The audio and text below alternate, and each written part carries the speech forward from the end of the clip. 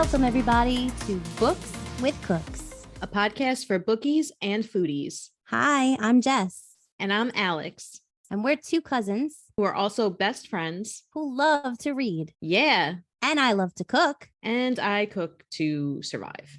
We'll be reviewing, analyzing, sometimes overanalyzing, and discussing the books we're currently reading, as well as new and old recipes from our kitchen to yours. By the way, we're real people with real families. So you may hear cats, dogs, birds, babies, and husbands. So enjoy that bonus material.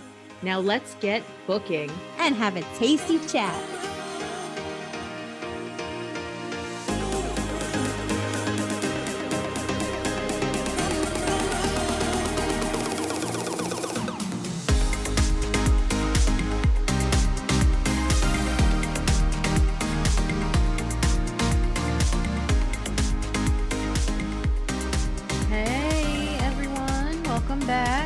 To the snacking time. Jess, hi. Hi. Hi. What are you snacking on? I am snacking on some dark chocolate sea salt caramels. Yummy. And I have some agua. How about you? I have some dry roasted and salted macadamia nuts, my favorite nuts. And I have a nut for a nut. A nut for a nut. And I have a Red Bull and some water. Yeah, I love my darky chocolate sea salt caramels. Yeah. Super yum yums. They would probably be really good with macadamias in them, actually. Probably. I love chocolate with macadamia nuts. Actually, my dad, shout out. There you go. There's your name. We're talking about you. But he has the syrup for the coffee, the chocolate macadamia nut syrup. It's so good. Oh my god, I have to get it for myself. I actually had that this morning in my coffee. Did you? Oh, so yummy. Yeah, I have the chocolate one, the little chocolate pod, and then I put a little tiny drop of that in there and just gives it a little yeah. It's delish. So yummy. Yeah, that's probably one of my favorites, the chocolate macadamia flavor. Yeah, me too. I like that one and the chocolate Milano and the amaretto. Those are like my top three, I think. I love the amaretto too. Yeah. I actually have to buy another bottle of it. I'm running low. Oh no. Yeah. I know. Very stressful when you start running low on your favorite syrups. I know. So what else is new with you? Not much, really. Same old, getting ready for my vacation at the end of the month. Looking forward to that. We just hammered out the details for who's going to take care of our horde of animals. Nice. And yeah, basically we're going to take them all to my parents' house. So nice. Just drop them all off. Yeah. See you later. The cats too? Yeah. See ya. I told my mom she could stay here instead if it would be easier, but she said she'd rather just stay at home and us bring them there. So yeah, they're gonna have six animals just dropped on their doorstep at the end of the month. All right. Yeah. How about you? Not much of that. Well, we started thinking about what we're gonna do. We want to maybe take Jaxie to a farm this week. We like to go during the week because it gets really crowded on the weekends and it's like a lot of traffic. Yeah. To go because most of them are in Jersey. So we already decided that at the end of this month we're taking him actually on Staten Island we're taking him to a children's festival and there's like a costume walk or something where all the kids are gonna walk. Yeah. So it's That's cute. so it's cute. like in the daytime. It's from like 1 to 3 or something. So we already have that planned. Where is he gonna dress up? What is he gonna wear? I don't know yet. We keep changing it. Okay. I know he loves Spidey. And I know he wants to do that. So I told Doug, I was like, maybe we just won't dress with him this year because what am I going to be, a web? Yes, that would be so funny. I don't want to be a web. Unless me and Doug are all entangled or something. That'd be pretty funny. Yeah, you guys just stand behind him like this, like just webbed out. I don't know yet. I told you I loved the idea of making him Pac-Man and us the Pac-Man ghosts. But that is such a cute idea. It is cute. Yeah. But for him to walk, it has to be something super creative. So I have to think about it. Because I know they win like a little prize. That's true. Yeah. Aww. So we're doing that. And then this week we probably want to take a ride out to one of the farms. I'd love you to meet us one day. Maybe. But let me know when you go and which one. Yeah. I mean, we usually take him to Alstead, which is all the way north. But I don't think we're going to do that this year. because it's like it's far, you know. Yeah. And he loves the farm animals and stuff. It's cute. But there's a lot of places in South Jersey or Central that I just haven't taken him yet that I would like to. Yeah. And what's that place that we love that we go to that has the train, has like a little village? Alair. Yeah, I was gonna look up and That's see a cute if they spot. have like a cute little festival going on, because They last year we were definitely looking at all these things and they had them. They definitely will, because they do things all year round. They have little events and stuff, and usually for the holidays. Yeah, I'm gonna that's a look cute into it. spot. Yeah, and there's a couple of other places too you had mentioned. So later, me and you maybe we'll hash it out and talk Yeah. about the cute spots out there. Yeah, There's that one sounds even in good. I think Manalapan or something that's cute. Probably, yeah. And I want to take him to Consola Farm. There's a lot of places. Yeah. So we have to figure out our little schedule for this month. Yeah. Your event schedule. Yeah, exactly. Yeah. It's funny because things are piling up too. So I've been like scheduling things. I'm like, we can't make any plans on these days because these days we're going to take him out. Aw. That's cute. I love this season, and there's so much to do for them, for the kids. Yeah. So Yeah. I can't believe little Juliet is going to be a year tomorrow. I know. Isn't that crazy? Insane to me how Wow. fast that went. So happy birthday, Juliet. Yeah, happy birthday. By the time this comes out, it'll be past your birthday. You'll already be 1. That's crazy. Yeah, I know. Aw. I can't believe it. Make these kids stop growing up so fast. You know, it makes me so sad. I know. So we just read this thriller, right? The Silent Patient. Yep. So me and Alex thought it might be fun to kind of fuse together our, judge a thing, how we usually just make up things on the fly, and just make up a thriller. Why not? We might make up a few thrillers, some different scenarios we have. So far we just have a couple of names that we threw together, some setting ideas. We have no plot that's open for discussion right now, and we have some rando weapons. And I just want to go through these quick. So we came up with some random names. So we have a Stacy, a Garfunkel, Enrique, Cha-Cha, Mary Lou, and a scary hooded stranger man. That's his name. Yeah. For the setting, Alex, take it away. What do we have? All right, we're in a small town in Idaho in the 80s on a potato farm. That'd be on a potato farm. Yeah. And our weapons include, of course, a potato masher, Alex's potato gun. It's a real thing. I never even knew this existed, a potato gun, and she showed it to me. It's ridiculous. Yeah. So ridiculous. You can make one with some pipes. There's a literal YouTube video that teaches you how to make a potato gun. I can't. And what, you just load them up with potatoes and start pelting them out? Yeah, that's what you do with it. It's hilarious for this. We also have a wrench, a frying pan, in case you want to fry up those bad boy potatoes, and randomly a detached car door. That's a catch. I just pictured it like, at a farm or something, leaning against the farm door. I'm like, why not? Could be a weapon. Okay. All right, so let's do 3 different scenarios. That sounds pretty feasible. Right. Yeah. For the first one, Alex, start us off. Where are we? All right. What are we doing?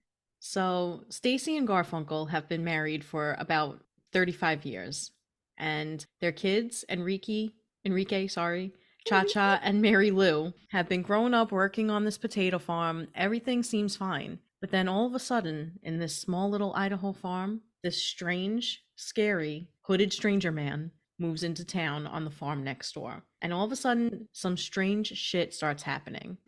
Okay? They don't know what it is about this stranger man, but he brought some type of juju.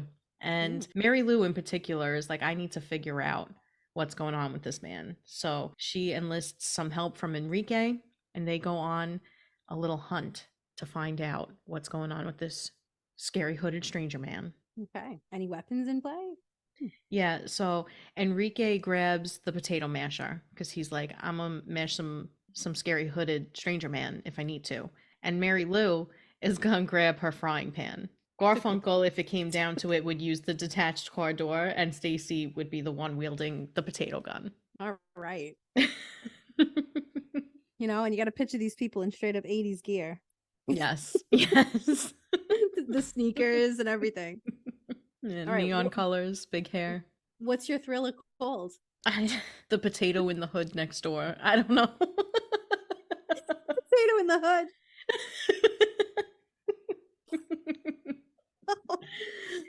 By the way, you love your creepy neighbor stories. I really do. I don't write a book. It's 100% going to be about a creepy. It's always going to be about a weirdo neighbor.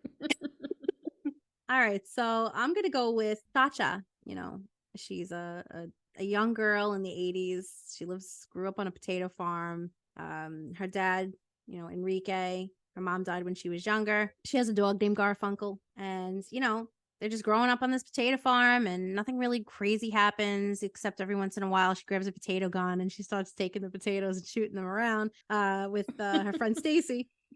But other than that, nothing really exciting happens here.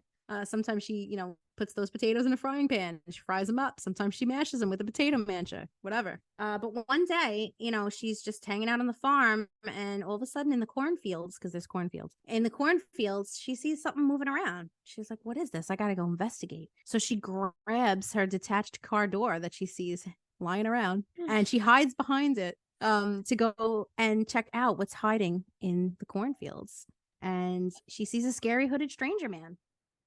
All right, so Cha-Cha, she takes her detached car door, as I said. She goes into the cornfield and she sees a scary hooded stranger man.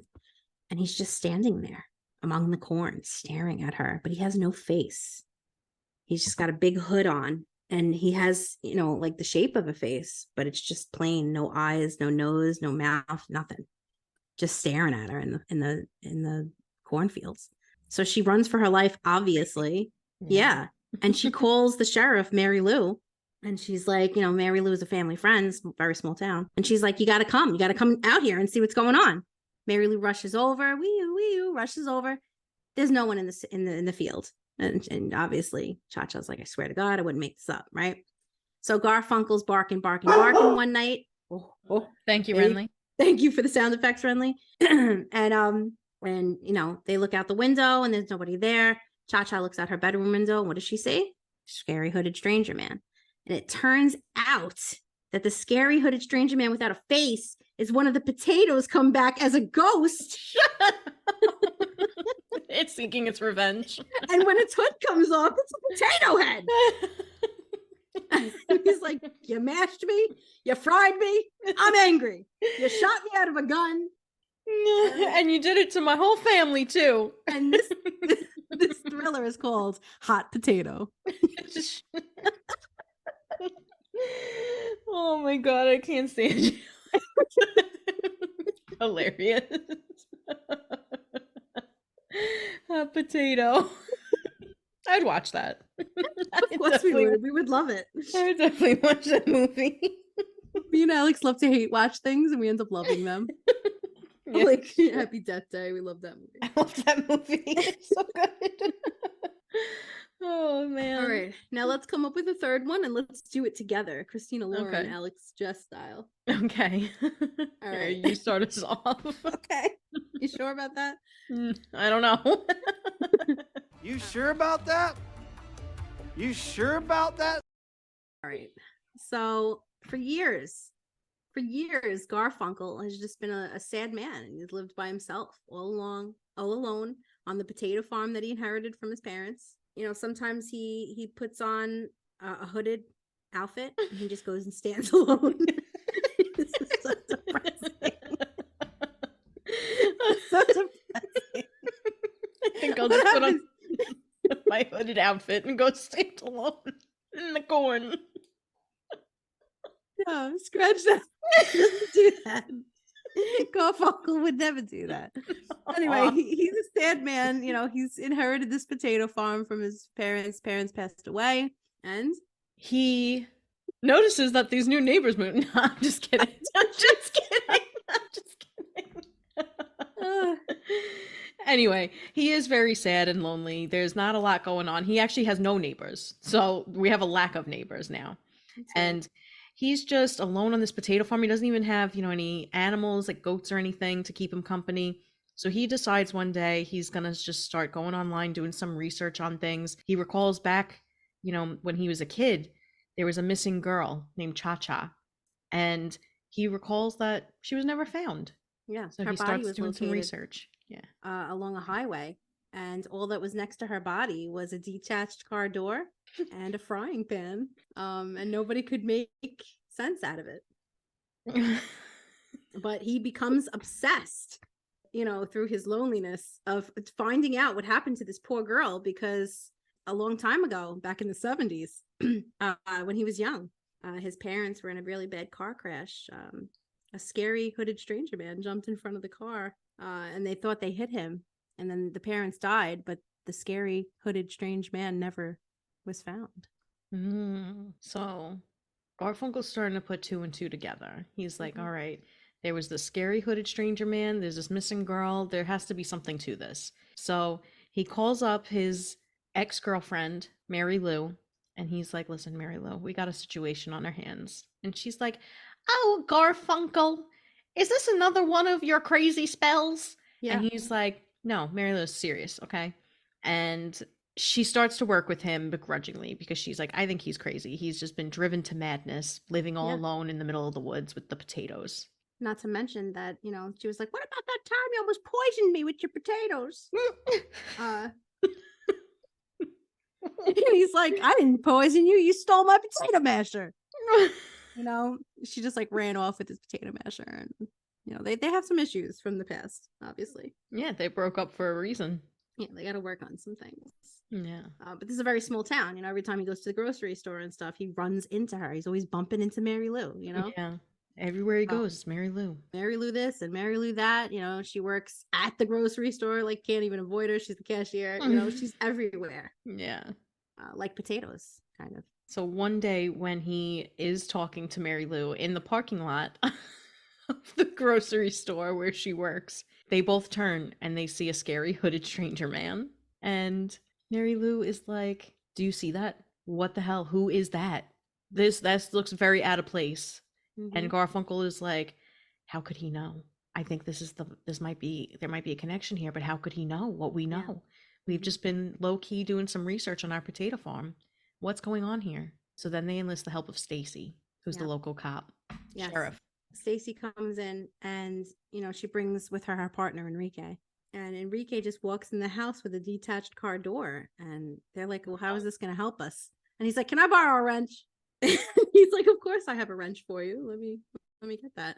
So while he's trying to put his car door back on with the wrench, as he's telling his story, Enrique, is it Garfunkel? It's Garfunkel, sorry. Yeah. Enrique's putting on the car door. Garfunkel looks beyond him and sees the hooded stranger man. Oh no. Yeah, he's just standing there.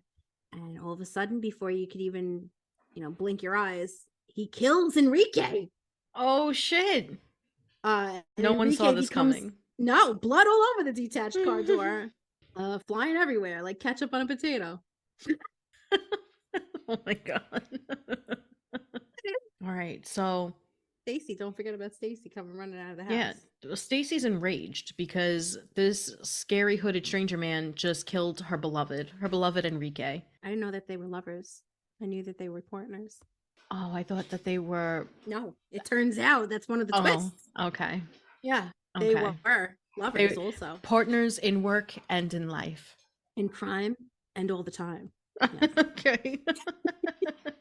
So she is enraged and she goes after this scary hooded stranger man with the potato gun. She's like, that's it. I don't need my real sheriff's gun. I need the potato gun for this. And she hits him. She just starts wailing at him. Shit. And it makes him fall down. And now Garfunkel runs over. He's like, oh my God, Stacy. And runs over to the scary hooded stranger man. You killed my parents. You killed my parents. He's enraged now. Yes. Lo and behold, it's all just a suit. And they unplug it. And it happens to be Mary Lou this whole time. How did that work? Mary Lou. God damn it, Mary Lou. You know, she did sound sketchy from the start. She was trying to avoid him. She's always at the supermarket watching, waiting. That's true. And that's how she was able to get all her supplies, because she works there. That makes sense. So she just unzips. I mean, you never did see the scary stranger hooded man's face. How do you know it's a man, right? That's true. It was Mary Lou this whole time, and she was trying to get her revenge on Garfunkel for the poisoned potatoes. Gotcha. Poisoned taters, yeah. Did she also kill Garfunkel's parents? She did. She tried to get him back for the poisoned potatoes. She's a real bitch. She's crazy. Yeah. Yeah. Damn, she Mary is. Lou. But all those potatoes that kept getting knocked at her from the potato gun really took her out. And then she ended up in a straitjacket, and all she could talk about is because not only is she pelted, but she was also poisoned. So that's double P, triple P, actually. Triple P. And that's the name of this movie. It's Triple P. Triple P. Triple P. Potato. Wait. Poisoned, pelted. Poison pelted potatoes. PPP. Don't forget your PPP. Poison pelted potatoes. Coming to a theater near you this October. I would watch all of these thrillers. Of course we would. But who knew it was Mary Lou? That was the real. That was a big shock. That was a huge shock. I would never have seen that coming. All right. So that was fun. That was fun. All right, let's get into our word of the day. Woo-hoo! All right, let's do it. We had a good conversation. Okay, it's time for the word of the day. Remember that we encourage our listeners to use these words in your daily conversations and with us on our socials. Each word of the day will come from the Word of the Day Vocabulary Workbook by Francine Puckley, or Franny the Pucks. Follow the link in bio to get a copy for yourself. Without further ado, today's word of the day is indomitable, spelled INDOMITABLE, pronounced indomitable. It is an adjective that is defined as courageous, bold, and brave. For example, I made indomitable effort to complete the project by the deadline, but in the end, I had to get an extension from my boss. Jess, can you come up with some examples to help us remember indomitable? Oh my god. Sure. Okay. Anyone who decides they want to quit smoking after smoking for a very long time is an indomitable person. Nice. Alicia in The Silent Patient makes an indomitable effort to tell people what the F is going on, and nobody believes her. Mm-hmm. Yes, I think Theo is very indomitable, trying to work at this hospital with Alicia, who basically he put her there in the first place. I don't know if that makes him indomitable or just a jackass. It makes him pretty bold. All right. Let's see if I can come up with one more. My September TBR was an indomitable delusion that I had for myself. Okay. Oh, man. All right, let's give you some trivia about indomitable. In the 1600s, the word indomitable meant wild or untamable. Gradually, these words came to be seen as virtues, and today, to be seen as indomitable is the equivalent of courageous. Nice. All right, so let's head over to our speech series. So as you know, we like to enhance your speech as well as our own, and we're going to take these words and phrases from the Well-Spoken Thesaurus by Tom Healer, or Tommy the Heels. So our phrase for today is get ready. So instead of saying get ready, you could say ready yourself. So for example, don't say get ready for that asteroid that's heading for Earth. You could say ready yourself for that asteroid that's heading to Earth. Yeah, make sure you worry about your speech when the asteroid is coming to get us. Listen, you don't want to go out sounding like a dum-dum, all right? Hey, before that rock hits us in the face, ready yourself. Johnson said get ready. Yeah, well, he's an asshole. I can't. All right. So now it's time for the question of the day. You ready, Alex? I am ready. For those just tuning in, we pick a topic and then we shout out as many things related to that topic as we can come up with, as much as we can muster in 2 minutes time. So there is 2 minutes on the clock, and we will be today discussing cartoon characters. Cartoon muffin. All right. Ready, Alex? 2 minutes on the clock. I'm ready. Here we go in 3, 2, 1. Cartoon characters, go. Mickey Mouse, SpongeBob, Minnie Mouse, Patrick, Sandy, Goofy, Plankton, Mr. Krabs, Homer Simpson, Raya, Peter Griffin, Siri, Raya, Sisu, Lisa Simpson, everyone from Encanto, Bart Simpson, Marge Simpson, Maggie Simpson, Moana, Mr. Flanders, Lois Griffin, Chris Mr. Griffin, Flanders. Mr. Flanders, Meg Griffin, Meg. I couldn't think of her name. What's the dog's name? I can't remember his name either. Brian, and Stewie. Oh, Brian. Oh, and I forgot about Stewie. And Joe Next Snoopy Door, and Charlie Quagmire. Brown. Yes. Everyone Daffy from Duck. Futurama. Why can't I think of any other names? I love that show. George Jetson, Rosie, Yes. I'm Jake. Elroy. His boy Elroy. Scooby-Doo. Did we say the Scooby-Doos? No. Scooby-Doo, Scrappy-Doo, Thelma, Fred, Fred Flintstone, and Winnie the Pooh, Barney Rubble, Bam Bam, Bam Bam, Gam Gam, Wilma, oh yeah, Popeye, Olive Oil. I couldn't think of Olive Oil. That was the one I was trying to think of. Oh, Angelica, Tommy Pickles. Oh yes, Bill and Doug. Lil, Chucky, Doug Skeeter, Patty Mayonnaise.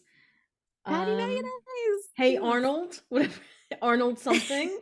Oh, Dexter's Laboratory. Yes. The Fairly Odd Parents. The Powerpuff Girls. Johnny Bravo. Johnny Bravo. Time's up. Okay. Wow, I did way better with that than I thought I was going to. At the start of this, I was like, I don't know if I've ever seen a cartoon in my life. I did way worse than I thought I was going to. At first, I was stuck on Disney. Like when you get stuck into like a scene, into a category, you're fixated on that. You can't think of anything else. Yeah, I thought you did good though. You came up with a ton of stuff. What, Johnny Bravo? Who's the man? Johnny Bravo. Thought of it at the last minute. Last second. All right, well, that was fun. You got your cartoon characters. If anybody's seen those Saturday morning specials as a kid, you know what we're talking about there. Johnny Bravo and such. And after a while there, I was just like, people from Encanto, Fairly Odd Parents, not even like the specific people. But I love how you write in for SpongeBob.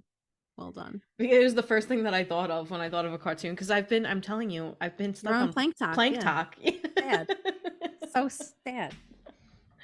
Oh, it's hilarious. All right. Well, on a somber note, let's go to the questions for this book.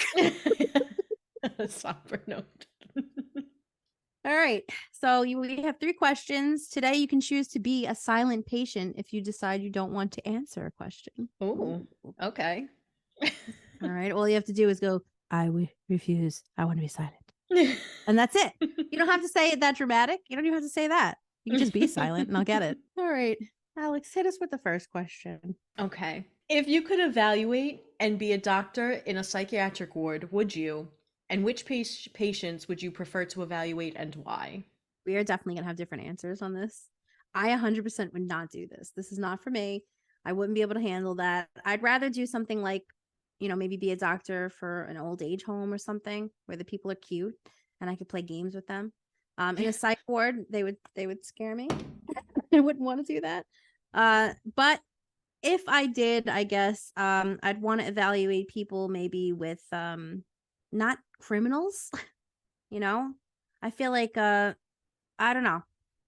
I feel like I would be fearful with criminals, but I feel like if it's a psych ward and I had to pick patients, it would be somebody who, maybe has lost their way and just needs some help getting back, or somebody who's maybe done self-harm and they need some love. Something like that, perhaps. Yeah. I mean, psych wards, that mostly is what you're going to get. So this is my field of work. You know what I mean? Yeah. I work with people. All of the people that I've worked with come from a psychiatric ward at some point. Sometimes they go there, at the same time that we're working with them. And, mental health isn't really something to be scared of. It's an illness, just like any type of physical illness.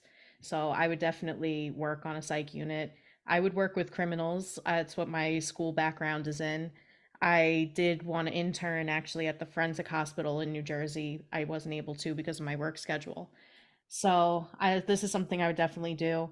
And if you're fearful of people with mental health struggles, don't be, No. you know, it's I'm not not fearful of something. them. I would be fearful maybe in a criminal capacity if they killed people, or like in this case, you know, people were like trying to strangle people and do all these things in this book. So I just feel Yeah. like that wouldn't be for me, but I applaud and I appreciate, you know, anyone who's done it, especially you. You have a lot of patience. I Yeah. respect that. So Yeah. All right. Thank you. you're welcome. Oh, shit got real. Have you ever been scared of like a specific person, like A somebody couple who's of a times. criminal? No, not because they had a criminal background, but because I was in a situation that maybe I shouldn't have been in. You know, I meet with people one on one in the community usually. So, you know, if they're not doing well, then, you know, I'm by myself. So when I was younger and I was in the field more, you know, there were a couple of instances where I felt uncomfortable. I wouldn't say I was really fearful. I just felt uncomfortable. Right. But you know, you're trained for that for a reason. I'd much rather honestly deal with that than like working in a place where I would have to like maybe clean up after somebody if they had like an accident. So Sure. it's not really something that I'm too fearful of to begin with, is like people being angry or anything like that. So meh. Yeah. As I But got older and like just, you know, you work longer in the field, you just are better equipped to handle situations like that. So I never really felt too scared once I was really like doing it for a while. I don't want to get too deep because then we'll get mushy. All right. But I applaud you for that. Yeah. Thank you. Let's move on. Okay. All right. If you uncovered that you had a cheating spouse, how would you go about that information? And would you confront them right away or build an investigation or evidence first? All right. Well, I definitely wouldn't tie his ass to a chair. I think that's extreme. Watch out, Doug.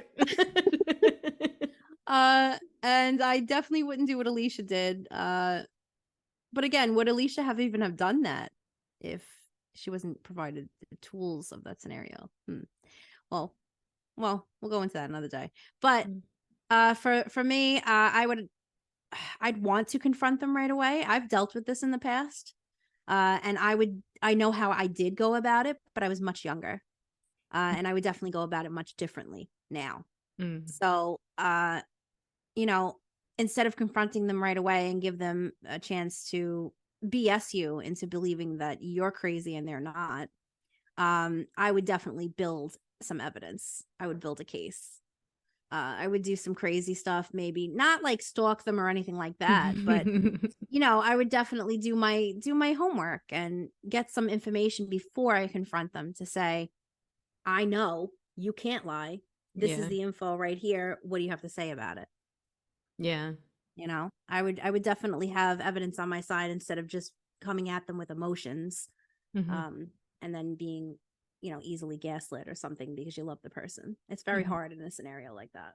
Yeah. But definitely wouldn't tie him to the chair and shoot him. Okay. I would hope not. Jesus. Yeah, I agree with you. I would do the same thing. I would want proof before I confronted them, because without it, they can just deny it. And as, you know, strong as your instincts may be, you don't know for sure. So I would need to go in with proof, and then I would definitely confront them. I would want to confront them right away, though. I would have to forcibly stop myself from confronting them. I know, easier said than done. Yeah. I had some hunches, some suspicions, and I don't know what made me, but I went into this person's car while they were sleeping and found an entire cell phone I didn't know existed. Oh shit. And I turned it on and it was filled with shit. Oh my God. So I threw it at the person. So I did have my evidence. Yeah. Yeah. and that was that. Oh my God, that's like, what movie or book does that remind? Oh, it reminds me of Breaking Bad, when he has the second phone and he keeps denying it, and everybody's like, "You're crazy, Skylar," And then he does have the other phone, and then she like really goes at him for it. Yeah, he gave me that. He was like, it's for work. Because, sure, if it was for work. If it was for work, then why is it hiding in your car off? Yeah. But before that was like the breaking point. Before that, though, every time I had suspicions and I asked, I was, how could you even think that? So, narcissist. Asshole. All right. I hate you. I know who you are. We know who you are. All right. Oh my god. I won't even say the ultimate scenario as to how I broke it off because it was awesome, but I don't want to say it because if this person ever heard, they would know. Yeah. So we're not going to go there. Yeah. But just know it was good. It was good. All right. What moving on again. Yeah. What thriller movie? It's getting intense. What thriller movie or book had the most gotcha ending for you, Alex? So I think it might have been The Slow Burn of Silence by Laureth Ann White, and I was surprised by the turn that it took. If this isn't the book, I'll tell you the synopsis and just explain why I was surprised by it. It's about it's about a woman who returns to her hometown after being away for many years. There was some type of situation in her family where I think her brother or somebody was accused of killing people. Anyway, she's a cop now and she's doing an investigation, and there's somebody else in town that they suspect or they think was involved, something along those lines. And she does her investigation. They uncover who it was. I was a little surprised by who it was, but then again, I don't want to give anything away, but something happens to the protagonist that I just was not expecting. I never in a million years would have guessed that this would be the outcome. So it took me by surprise. I wish I could remember the name of it. I'm sorry. Were you for a Fruit Loop? Yes, it did. I was like, wait, what? Because it wasn't even at the very end of the book either. And then there was like a whole switch, and I was just like, wait, what? It took me by surprise. So I'm gonna pick a movie because you picked a book, but nothing has ever shook me like this movie did, and since or before. And I'm usually really good. I'm the type of annoying asshole that's like sitting there and it's like, this is happening. This is what's gonna happen, and I usually get it right. But The Sixth Sense got me. The first time you ever see that, if you don't hear, like if somebody tells you, then obviously you know. But that movie, when I first seen it, I didn't know he was dead. No one did. That was insane. And then you have to watch it a second time because you have to see all the hints, and there's so many hints, and you're just like, how did I miss this? And it's so crazy. That movie threw me. Serious Fruit Loops. So it Fruit Looped me. That movie, I completely forgot about that movie. Yeah. I think it took the whole world by surprise. It did. And in the beginning, he's literally shot. I mean, you see the guy die. Okay. Right? You go back and watch it and you're like, what the fuck? Yeah. I don't know. Ever since, that was the biggest gotcha for me ever. I was like, he's dead? He's one of the ghosts? Get out of here. And it's crazy because remember when the little boy was like, some don't even know they're dead. Yeah. So good. Such a good movie. I mean, it doesn't have the same effect when you watch it afterwards. You know what I mean? That second time is like you're looking for clues, but afterwards it's like, so it doesn't have that same effect on you, same impact. Yeah. But I remember thinking that movie was so amazing when I was younger, and then me and my mother took Grandma Anna to see it. Oh. And she must have heard or something, either that or she's just really that good because she liked Agatha Christie and stuff like that. Yeah, and Stephen King. She read his like entire collection of books. I have a bunch of her books. I remember her being in the theater and calling it early and being like, "Oh, he's dead." And I was like, God, how does she know? I was so upset. I was little and I remember being so upset. I was like, no way. She knows. She knows. Honestly, she was probably like, you guys are all idiots because how did you not know? Honestly, did you ever see that stand-up special? Oh, who was it now? I can't remember, but he's talking about how I think it was Nate Bargatze. He's like, women, they'll give you the silent treatment. He's like, and let me give you an example. He's like, you watch The Sixth Sense and nobody knows he's alive. This is the biggest surprise of our lifetime. Nobody knew it. It was happening. He's like, we all really believed that his wife just didn't talk to him for a year. That was more realistic to us than him being dead. That's what I'm saying. And I was like, so many signs. I was like, it's such a good point. She never spoke to him. And I always thought it was weird, but I wasn't like, oh, it's because he's dead. Oh, that's what I'm saying. That movie really got us. Crazy. It's not a book. I wish it was. That would have been no, that would be good. Yeah. But yeah, and then everybody was like, Solomon, right? Because that was like his debut, and it was great. Yeah. And then every movie after that, meh, got worse and worse. I know. meh. The movie The Signs Village was good. The Village. Bleh. I didn't hate The Village. The Village was all right. Can't stand The Village. I couldn't stand The Happening. I thought that was terrible. That was the worst movie ever with the nature thing. Yeah, right? With Mark Wahlberg. That was so terrible. I hated it. I didn't even finish that movie. It was terrible. And the lady in the water or the girl in the water, I didn't like that one either. I never understood that movie. It doesn't make sense. Yeah, I don't know. I don't think there was much to understand. I think it was like trying too hard, you know. Yeah, she leaves the water and then something tries to attack her like a wolf creature. It makes no sense. I don't know. Well, whatever. Yeah. Maybe one with Signs. Yeah, Signs wasn't terrible, and that's because of the acting. Signs was good. It was a cute story. All right. So, as everyone knows, we recently read The Silent Patient by Alex Michaelides. We picked our favorite good and bad reviews in case anyone is on the fence about reading it. The Silent Patient currently has an overall rating of 4.18 out of 5 on Goodreads and a 4.4 on Amazon with the publication date of 2/5/19. All right, let's do our bad reviews first. Jess, you want to give us your bad review? Absolutely. This only is a 2-worded review. It's 1 star, and it is simply fart noise. It's such a bizarre thing to write. Sometimes these reviews baffle me. I know. Like, really, with this person, what did they finish the book and they were like making fart noises, and they were like, I'm just gonna transcribe this into my review. Yeah. I'll just go and put this on Goodreads or Amazon. Also, this book does not deserve that. I know. Deserve it. I know. All right, so I have 2 1-stars. One is really quick. It just says, "Not silent enough." Okay, thank you. Right, there are words. It is a book. Yeah. What was it going to be? Like 300 pages of silence? It's just silence, just blank pages. It's just a and journal. then she went silent, and then the rest of the books are just blank. Every page. Oh my god. So the other one was also a 1-star. Said, "Read anything else on your TBR first. Anything. Better yet, delete The Silent Patient from your TBR. If you do, you'll never know what it feels like to become aware that you could have spent that 4 to 5 hours reading a great book, or at least a better book. Definitely a book that doesn't do a major disservice to anyone who practices in the mental health field or who lives with a mental health impairment, and maybe even a book that doesn't present misogyny on every page." Wow. Yeah.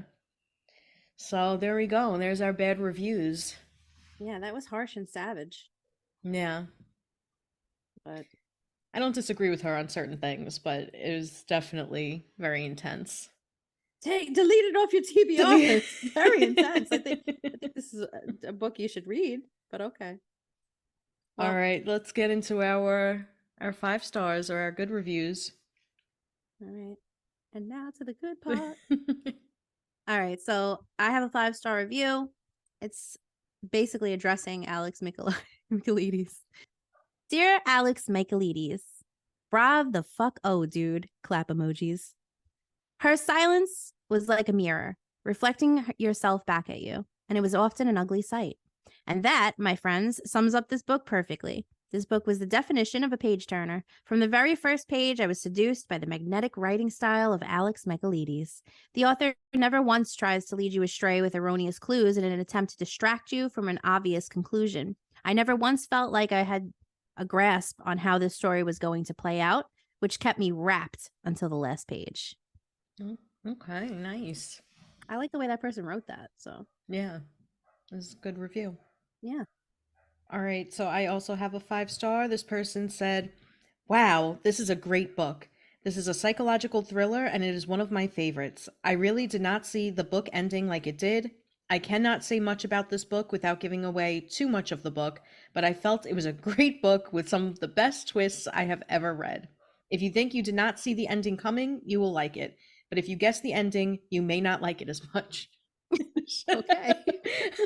I just found this review really funny. You might hate it, but you might love it. And if you love it, you might not like Yeah. it. All right. So much information and no information. I want to say a bunch about this book, but I can't say too much about this book. But it's a book. It's a book with pages and words. Yes. Seems to be the theme here. Yeah. All right, so you've heard what other people have to say. Now here's our back flap submissions. Alex, you want to start us off? Oh, sure. Read this book in silence to become the silent reader. Jess and Alex. Ooh. This book left us speechless. Kind of like Alicia. Jess and Alex. This novel is all about trust. So trust us and read it.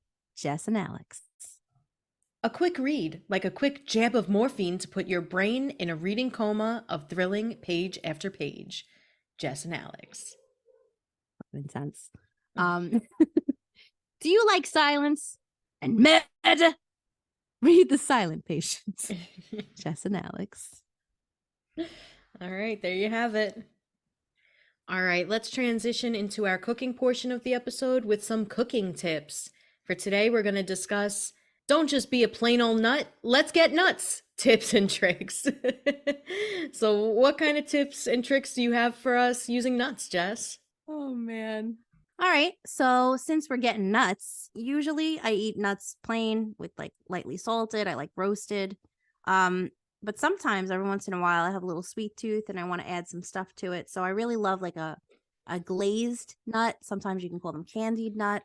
They're really hard to find in my supermarket, but I have gotten candied walnuts before and they were so amazing. And then I couldn't find them again. So I found a recipe. It's pretty easy just to do it yourself.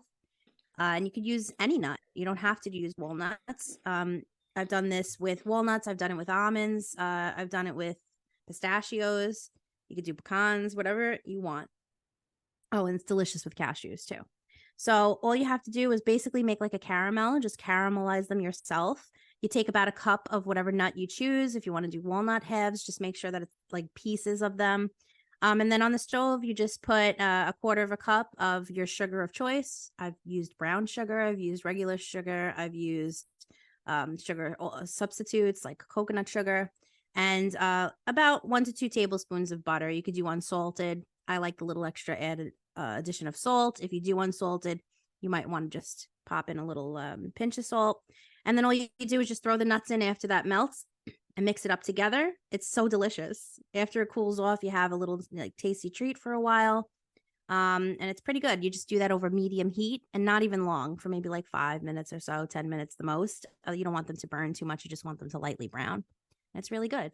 And you could put these on brownies. You could put them in brownies. You could put them in cookies. You could put them on top of ice cream. Literally go nuts. They're yummy. Yeah, it sounds so good. I love candied nuts. Same. Yeah. All right. So for my tip and trick, basically, if you enjoy roasted nuts, but you don't like buying them at the grocery store because they can be kind of expensive, it's actually a little bit cheaper to buy raw nuts and then you can just roast them yourself. It's super easy and it's just more cost effective. So all you need is to get your favorite nut and spread them out on a cookie sheet in a single layer, put them in the oven on low heat, like maybe around 300 degrees, and then just keep an eye on them. Most of them will take between 20 and 30 minutes, depending on the size and the hardness of the nut. So harder nuts will take a little bit longer, maybe closer to 30 minutes. Softer, smaller nuts will take less time, maybe 15 to 20 minutes. So just keep an eye on them when they look done. You could also add salt or any other type of seasoning. You could do everything but the bagel, or you can mix it up. I like to do, of course, some cayenne. So, get fun with it. And it's just a fun way to get your nuts however you like them without having to pay a lot for them at the store. So there you go. If you have a nutty tip that you'd like to incorporate into your meals or your snacks, let us know. send us an email or reach out to us on our socials. If we test out your suggestion, we'll credit you and discuss the outcome in the future. All right. So as you may recall, on Tuesday, we introduced the ingredient of the week, which was walnuts, inspired by Indira's walnut cake that she bakes for Theo to help with difficult patients and staff. So we were each supposed to make something using that ingredient. So let's see what we did. Alex, what'd you make? Okay, so I didn't make anything, but I do have a recipe from my mom. It's actually a similar recipe. I couldn't get in touch with her in time to get the actual recipe, but usually around Thanksgiving, sometimes at Christmas, she'll make these pumpkin raviolis, which, despite not liking pumpkin, these are actually pretty good. So I have tried them. They weren't too bad. But she makes them with this walnut sauce, and I'm going to give you a similar recipe. Hers is a little different. It does include some breadcrumbs, and overall it's just really tasty, and it pairs really well with the raviolis. But this one contains 2 tablespoons of olive oil, 2 tablespoons of butter, 1 clove of garlic, 1 cup of walnuts, and you're going to roughly chop those, a juice from 1 lemon, sea salt and pepper to taste, and then half a cup of parsley for a little bit of extra garnish once it's done. So essentially you will heat the oil and the butter in a skillet over medium heat. You'll add the garlic, the walnuts, and then stir until they're lightly toasted. It should take about 5 minutes. And then you'll stir in the lemon juice, the salt, the pepper, and the parsley. Drizzle in enough of the, you're going to want to put in some of the water from the raviolis that you cooked them in. And then you add them to the raviolis and you toss it and serve. And you can sprinkle with some Parmesan cheese as well. Like I said, this is slightly different than the one she makes, but it also sounds really good. Hers, she includes some breadcrumbs. So if you want a little bit of crunch and it's a little bit thicker, definitely recommend it. It's really tasty. That sounds delicious. Yeah. I want to make that. And when she sends you the recipe, though, send it to me. Okay. So I don't know if everybody's gone to Applebee's, but back in the day, going to Applebee's meant getting a maple butter blondie. I don't know if anybody knows the deliciousness of the maple butter blondie at Applebee's, but it's really good.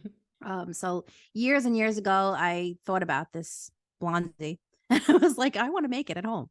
I looked it up online, and to my surprise, I actually found a copycat of the Applebee's one. So I saved it, and I'm going to share it with you guys. I'm not sure what the website was, but I'm sure if you go and you search it in the Google, it'll say, if you just put copycat Applebee's maple butter blondie, or if you just put maple butter blondie recipe, it should come up. But I have mine handwritten, so I took a picture to tell you guys. So basically, all you need is an 8x8 inch pan or 9x9 inch, whatever you have usually for your brownie pan. You're going to take, for the blondie itself, it's super easy. It takes no more than like 5 minutes to make this. You're going to do about a stick of butter, a cup of brown sugar. You can even do a half a cup and it works just the same. A large egg. I would say maybe like 2 teaspoons of vanilla extract. Some people say 1, but really, who are these people? Add 2. An eighth of teaspoon of salt, unless you used salted butter and you don't want to use that. That's up to you. But I like the salty and sweet. A cup of flour and 1.5 cups of butterscotch chips. You can use white chocolate chips. You can use dark chocolate chips. I've used all 3 and they all work just as well. You can even leave them out entirely if that's too much for you. All right, so then you put them in the pan. Obviously, you mix that batter up and you put them in the oven at 350 for about 25 minutes. Make sure you spread it evenly in the pan. While that's in the oven, you can make the maple butter sauce. Come on now, that's the best part. And you make that over medium heat in a small saucepan. And that consists of 1/3 of a cup of butter, a cup or a half a cup of sugar. You could use substitutes too. 8 ounces of cream cheese softened, and then 1/4 cup of real maple syrup, 2 tablespoons of brown sugar, and you could even throw in chopped pecans in there, or you can make candied chopped pecans and throw them in there if you want to be crazy. When that melts up and gets really nice and hot, later on, as soon as the blondies come out of the oven, you're going to cut them into squares. You're going to drizzle that bad boy on top, or you can even put like a scoop of vanilla ice cream and then drizzle that on top of the ice cream and make it exactly like they do in Applebee's, and it's pretty delicious. You could sprinkle some extra pecans on top, and you've got yourself a delicious little snack. Yeah, I love blondies. I know. I don't make them that often because it's a lot of butter. Well, it's intense. It's a little rich. Yeah. But every it's like once a special in a occasion. while, Yeah, it's a special occasion kind of dessert. Like like on my birthday or something, and I'm like, oh, Yeah. I want that. Or you go into somebody's house and you need a good excuse to make them. Yeah. Something like that. But if you have a yummy recipe using walnuts, send us your recipe, email us, reach out to us on our socials. If we test out your suggestion, of course, we'll credit you and we'll discuss the outcome in the future. All right. So now it's time to judge that thing. Let's start by judging a book by its cover. The thing that we've been told our whole lives not to do. Let's do it.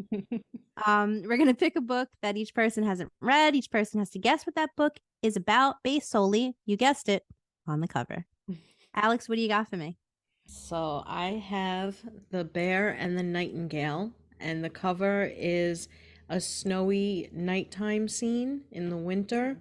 There's a log cabin that's lit up, and there's a woman dressed in white walking towards it. And then behind it, there's a bunch of large trees. It looks like they're in the middle of the woods. The Bear and the Nightingale. I love the name of it. Yeah.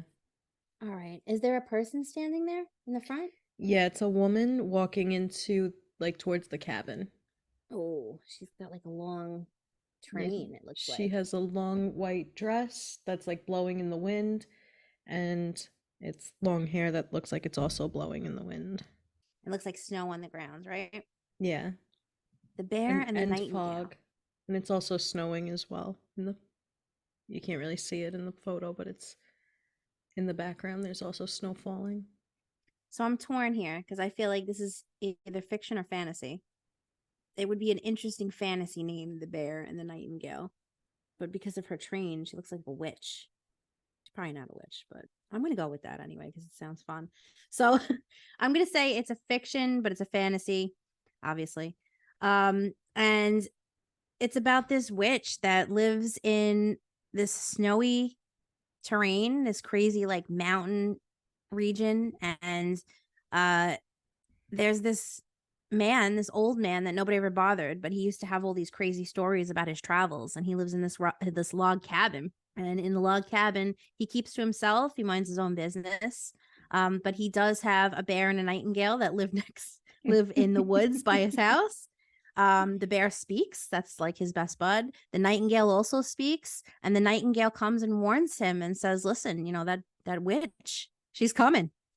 She's going to come to the house, and she does. She appears on the doorstep, and she's got her white icy gown on. And he answers the door and says, what do you want, witch? And the bear is going nuts in the background. He's growling because he's ready to attack. The nightingale's like all over the place. And the witch just wants to make a deal, a bargain. So yeah, you'd have to read the book to find out what the bargain is. Okay. All right. So it is a fantasy. Oh, okay. It's actually kind of a fairy tale retelling in ways. It's kind of like a mashup of a bunch of different Russian folklores and fairy tales. They use like the various elements of it within the book. And it's about this young girl named Vasilisa who lives in the Russian wilderness with her dad and her mom. Her mom does unfortunately pass away, so her dad goes to Moscow and then comes home with a new wife. And his new wife and her new stepmother is very religious and devout, and she refuses to allow Vasilisa or her father to honor the household spirits of the wilderness. And as a result, things begin to go wrong. So there's a lot of like evil creatures that are coming nearer to their cottage. There's, the crops are dying, things like that. So she basically has to start calling on her own gifts to start protecting her family. So this is the first in a trilogy. I believe there is a witch. I don't know if she's in the first book or if she comes in towards the second or the third. I actually haven't read these yet. I did start this book in 2020, and then I said I was going to come back to it because I just wasn't in the mood for it, and then I never did. But it's supposed to be a really good series, and I would like to get back to it. So, yeah. It sounds interesting. Yeah, they're supposed to be really good. The third one especially, I've heard like amazing things about. All right. I think with each book, it follows her journey as she gets older and things like that. You said the author? think I you did not. It is The Bear and the Nightingale by Catherine Arden. So I have, it's a very pretty cover. It's called River Sing Me Home. And it's by Eleanor Shearer. And on the cover, it's very, very colorful and beautiful. It has hummingbirds all around a woman as she's putting her head high. Yeah, there's like a little river that you could see. Okay. I think it's super pretty. You could see everything, right? And there's maybe some floral elements as well. Okay. I'm going to say that this is a fiction, possibly a nonfiction memoir type, but I'm going to say fiction. And it's about a woman living in Africa who has been going through some kind of turmoil, and she escapes the situation that she's in by taking off on a river. Maybe she has a raft or a small boat or something, and she goes out on her own and has to find her way back home. Well, similar, but Okay. it's a woman from the Caribbean, and it's a mother particularly, and it's her struggle where her children were taken from her and sold. Oh my God. And they were taken overseas to different lands, and she has to try and bring them home. Wow. Okay. Yeah, it's a brand new book. I haven't read it yet. It's very high up on my TBR. I love books like this. Yeah. And since it's about a mother's, turmoil, when you said turmoil, you were accurate on that. Since it's about her mother's a mother's struggle or whatever, I feel like I need to read that and cry. So Yeah. that's just one of those books when you just feel like crying, Yeah. But it is a beautiful cover. The cover is captivating. It is really beautiful. You said that's a new novel? Yeah, it just came out. Okay. Who's So the author? it's Eleanor Shearer, and it's Shearer. called River Sing Me Home. Such a pretty title too. Yeah. Okay. Add to TBR. Yeah, it says right on it too. I was afraid you were going to see it, but it was so small. But it says a powerful novel that explores how freedom and family are truly defined. I don't know. It was immediately added to my TBR. So Yeah. like, this is a type of book I will love. Yeah. All right. So let's now judge a bro. We're each going to pick a character from a book that the other hasn't read yet. And we'll have to guess that character's role in the book, their personality traits, and what they look like based on their name. What do you have for me? Layla Amin. Amin. What book is she from? Internment. Internment. Okay. Amin. All right. I'm going to say that she is I don't know if she's a protagonist. I'm going to say she's a side character. She's the love interest of the protagonist. I'm going to say this is a sci-fi world, and maybe she's a cyborg. Maybe she's not all human. Maybe she's part robot. And her function is to, I don't know. I kind of want to say like take care of the housely duties, but that sounds so sexist. What is she, Rosie from the Jetsons? Yeah, that's what I was thinking of. This is her backstory, Rosie's backstory. I'm going to go with it. I'm going to say that she is a robot that's supposed to take care of the housely duties. And one day she starts forming a bond with the man whose house she is trying to upkeep. Yes, George Jessen. And and they decide that they need to leave this society because it's not right what they're doing to Layla. And they escape, and then they get out of this internment. Okay. What does she look like? She looks like a regular human woman. She has dark black hair, brown eyes, maybe like an olive toned skin, and a average sized body. But she's a cyborg, so does she have like a funky eye or something? No, but if you were to like cut open her arm, you would see that she is robotic on the inside. Interesting. Mm-hmm. Well, I really want to read that book. I want to know all about Rosie's life story before she becomes working at the Jetson household. But no, you're wrong. It's a YA. Okay. And Layla is the protagonist, and she's like 17 years old. She's American, but she's of Muslim descent, and the internment means they're taking all the Muslims and putting them into like a camp. Okay. Yeah, it's she's just, you know, your regular average teenager. She's got a boyfriend. She plays tennis. She has a great relationship with her parents, but she ends up locked away in this internment camp, which is horrific. And it's kind of, I want to say it's not sci-fi, but you know, a post-apocalyptic type of scenario for Muslim people Right. living in America. And you know, the president's basically, it's going backwards, saying around the time when they invaded Iraq and stuff like that, what would happen if they were put into camps, the Muslims that are Americans. So Yeah. it's actually a very good book. I had to read it for school. I thought Okay. for a second maybe you read it with me, because I know you read a lot of the books with me. Yeah. But I couldn't remember if you did or not. I do remember talking about that one with you. I knew it sounded familiar, but I didn't read it. Yeah. Yeah. It was good. I don't remember what I rated it. Maybe a 3.5, maybe. You know, but she was not a cyborg. Yeah. I loved it. I love that. When I have no idea, I'm like, let's just go for it. I don't know. Let's just run for the hills with it. Yeah. All right. My character for you, the name is Peregrine.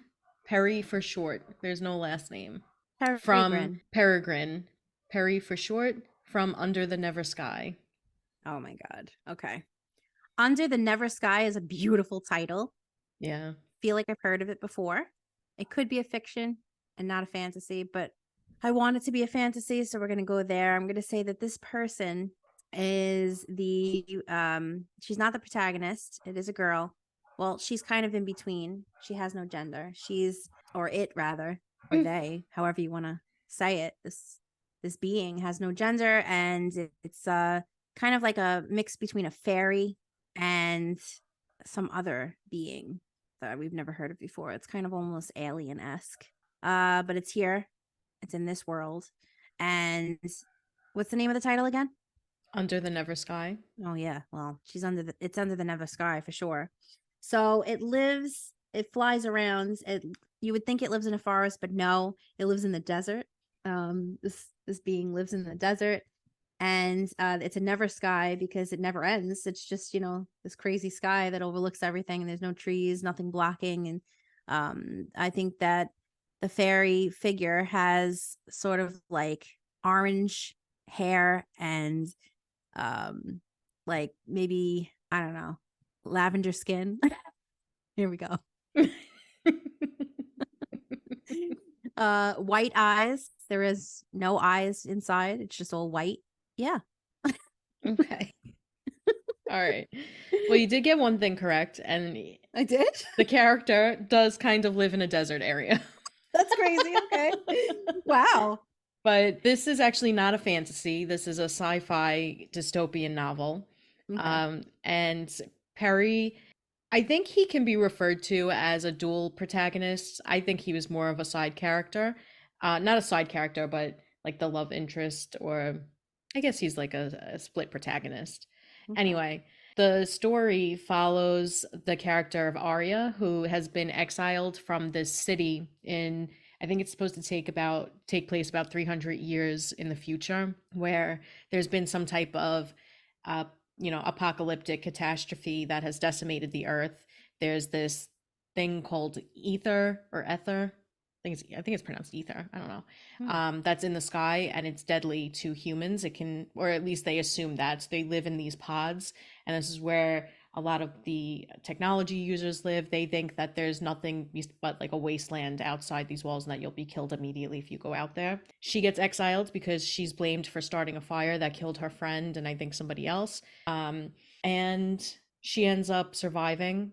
It turns out that there's a lot of people that do live outside these pods, and because of the ether, they actually have developed some type of like their senses have been increased. So there's people that can hear really well, or there's people that can see extra far, things like that.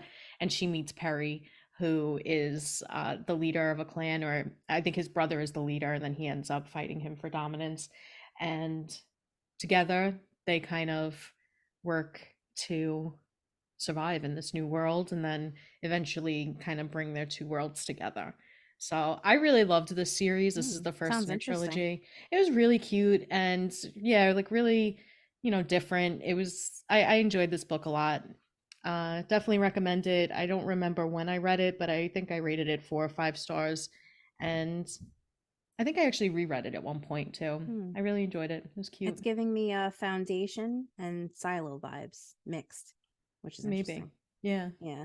All right. I want to read that. And I definitely want to read Foundation too. We talked about that. Yeah. All right. Well, it's time to judge a tit. So we gave you the bro. Let's judge his tit. No, I'm just kidding. Let's judge a title. We're gonna pick a book, obviously, that each person hasn't read, like we've been doing, and then we have to guess what it's about based on the title. Nothing else. All right. What do you got for me, Alex? All right. The title is Uprooted. Uprooted. Mm-hmm. All right. I could go the way that I think this really is, or I can go the fun way. You choose. It's up to you. I'll say both. So, Okay. this is likely a nonfiction. It sounds like a memoir. Somebody was uprooted from their home life, or maybe from another country or something, and they were moved to a different country, or they were uprooted from their family, something related to that.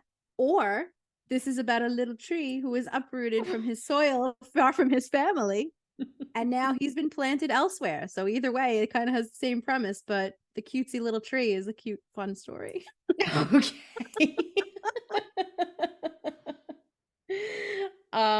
So both of those are incorrect. Damn it. Damn it. Although it would be cute if it was a book about a little tree. Yes.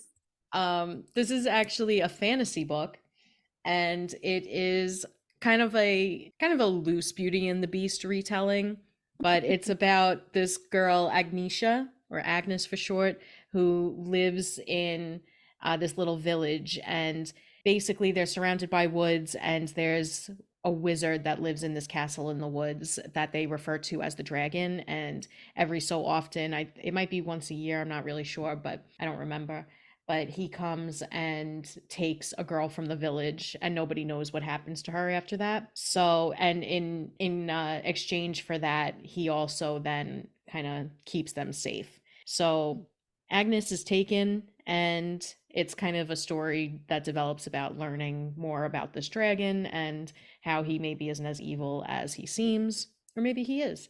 So you have to read it to find out. I thought this book was just okay. I think I rated it like 2.5 stars when I read it. Damn. When you ended before you said that, I was like, I want to read that. I mean, I don't remember. I can't remember when I read this.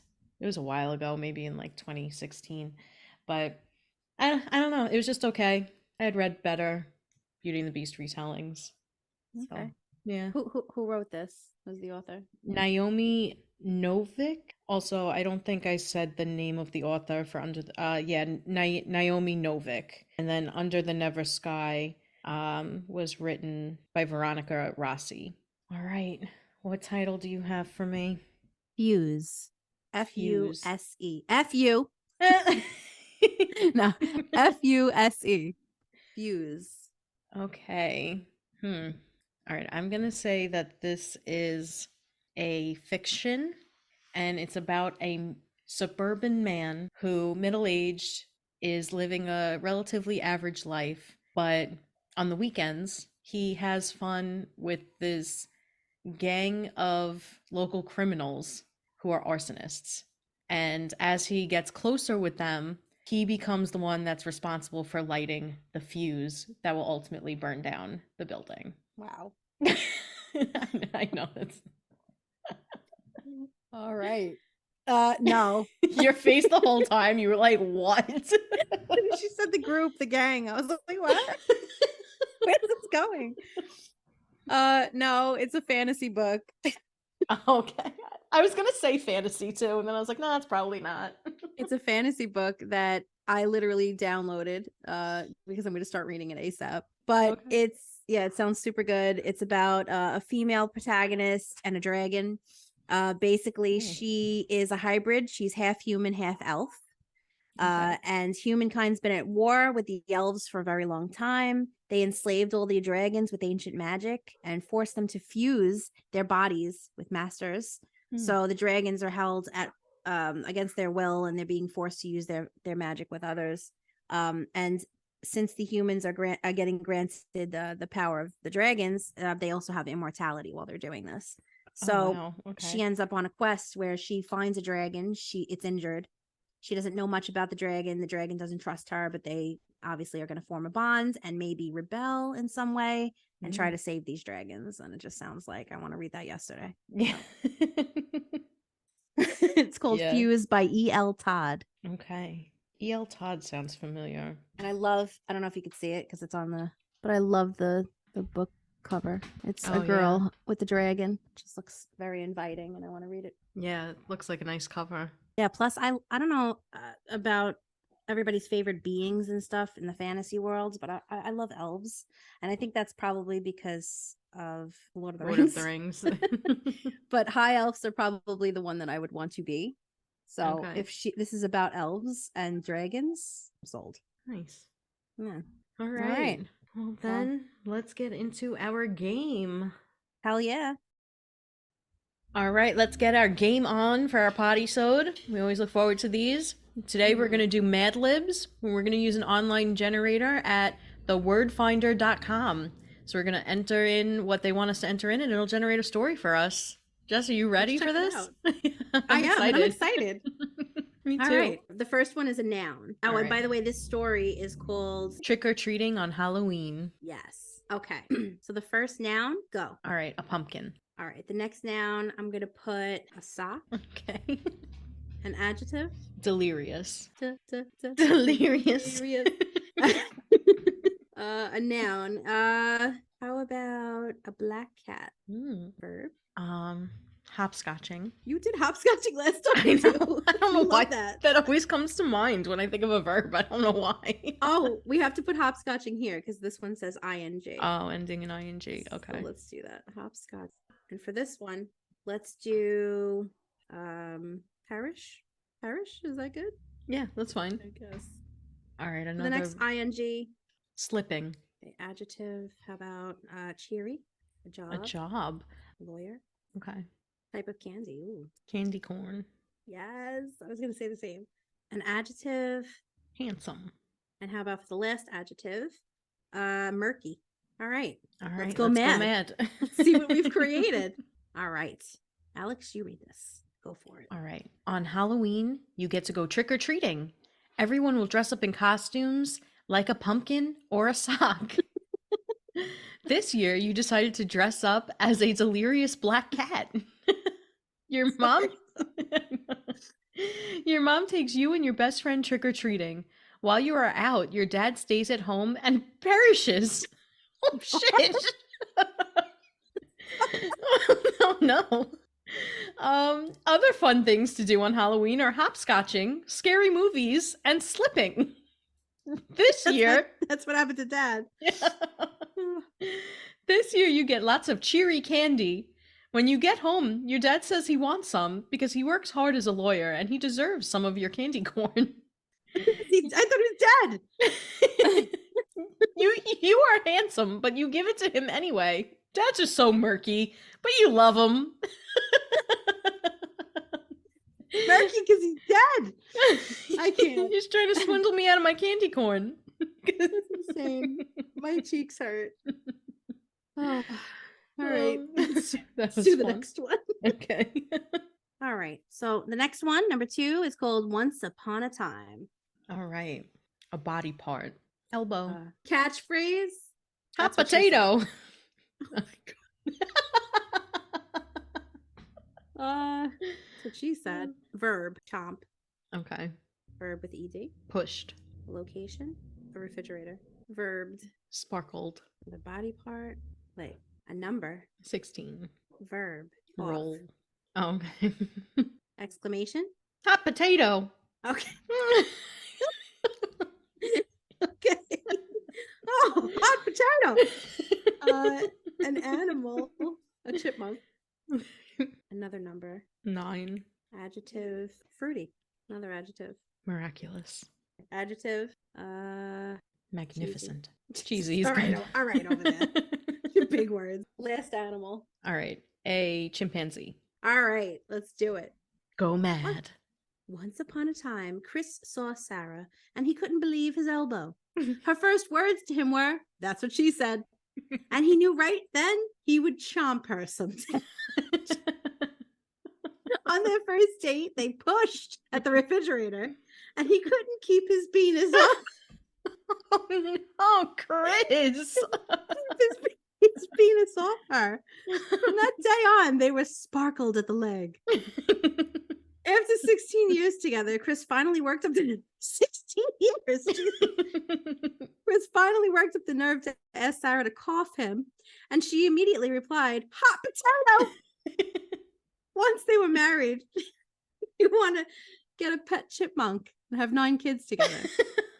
And as time passes, they know they may get fruity and miraculous, but they'll always be each other's cheesy chimpanzee.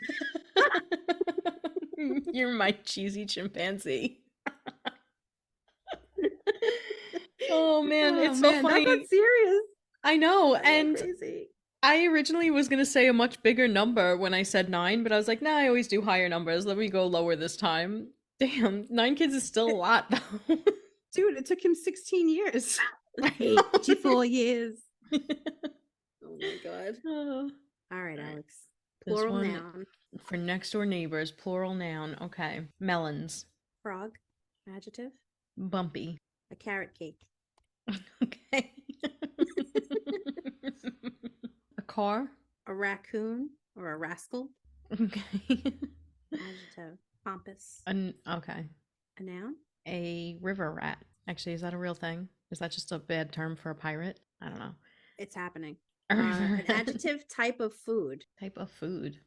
Adjective type of food. Spicy. Adverb. Let's do cowardly. Noun. Tree trunk.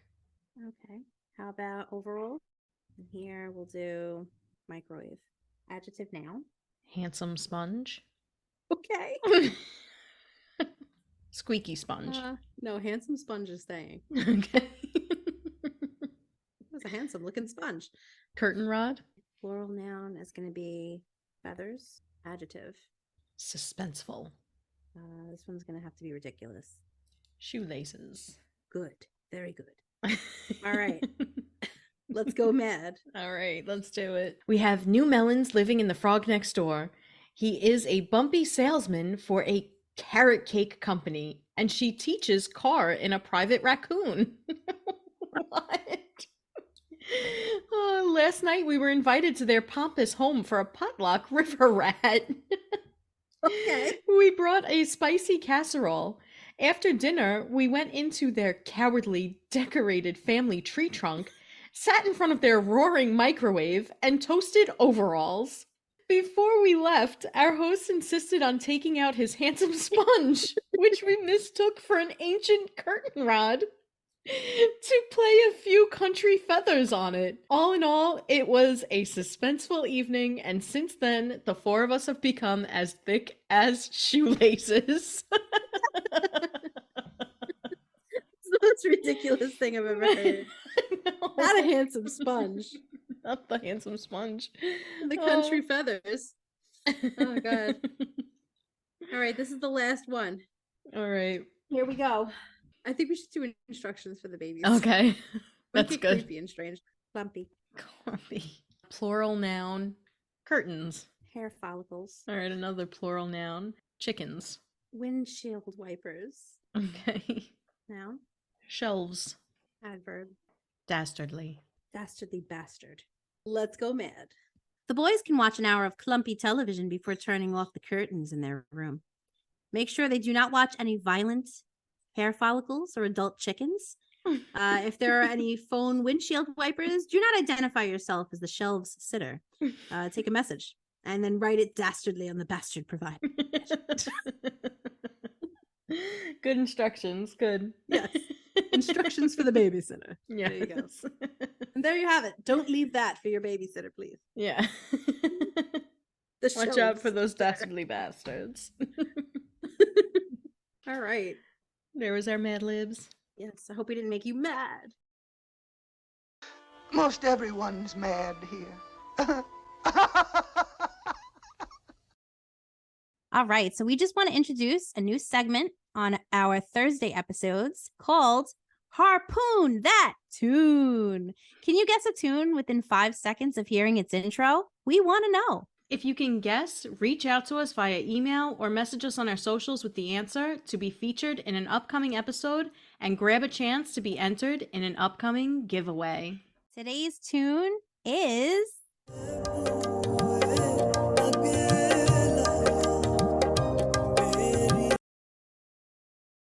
All right, so now we're going to turn the podcast over to Jess's husband, Doug, for a Madly Minute, or a Dougly Minute, or a Chug of Doug. We tried to get Alex's husband involved, but he's too shy. Maybe in the future. For now, here's a healthy Chug of Doug. And now, a healthy chug of Doug. What's going on, people? How you guys doing today? You enjoy listening to these two? They're really hassling me right now. You know, like a pack of ravaging dogs just trying to rush me. You can't rush perfection, all right? Let me take my time to do this. Sorry, let me just get back. So, what we got for you today? Me and Jess over here. Well, me and Jess and I. You know, she's the English major. She wouldn't like that. I said that. She wanted to bet some hockey with me, so I let her. I put up a couple games to let her choose from a couple. 3 games. She decided she was going to take the Kraken over the Avalanche. I said, no, that's a bad idea. I took the Avalanche over the Kraken instead, gave her the background information. Kraken knocked the Avalanche out of the playoffs last year. It's a revenge game. They're going to come out playing hard. You know, she didn't see it that way. She was like, oh, Kraken, it's pretty dangerous. It's a dangerous creature from the sea.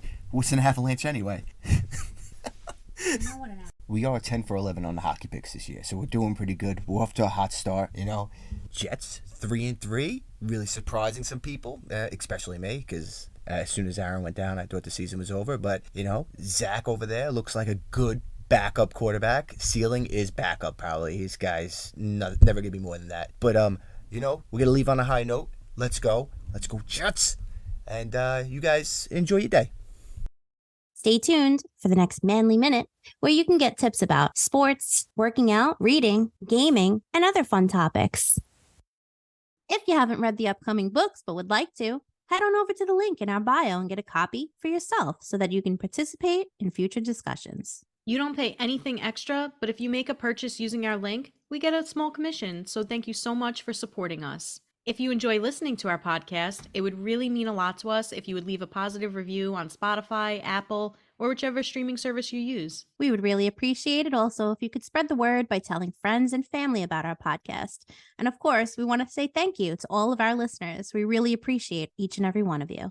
Yeah. We also want to remind everyone to be on the lookout for our live events on TikTok. Yep, we'll be doing some live events soon, and we will post upcoming dates on our socials. Next Tuesday, October 24th, we'll be reading and reviewing A Flicker in the Dark here by Stacey Willingham. Join us then for our thoughts on the best-selling psychological thriller, and join us again on Thursday, October 26th for another Poddy episode. Don't forget to mark your calendar for our next Book of the Month episode, which will air on Wednesday, October 25th. We'll be reading and discussing Catriona Ward's horror novel, The Last House on Needless Street. If you're just tuning in, this is what you can expect from our podcast. We're going to be releasing new episodes every Tuesday and Thursday, so be sure to check out our socials for updates and also some bonus content. You can find us on Instagram, TikTok, and other platforms. Click on the link in our bio for access to all of our socials, our website, and other links. We encourage you to reach out to us with thoughts, ideas, questions, and feedback. You can email us at bookswithcooks@gmail.com. You can also find our full book reviews on Goodreads. These links will also be available at the link in bio. If no one told you today, you're important and valued. You belong here. You're doing great, and we believe in you. Now let's turn the page and put a fork in it, because we're done with this one.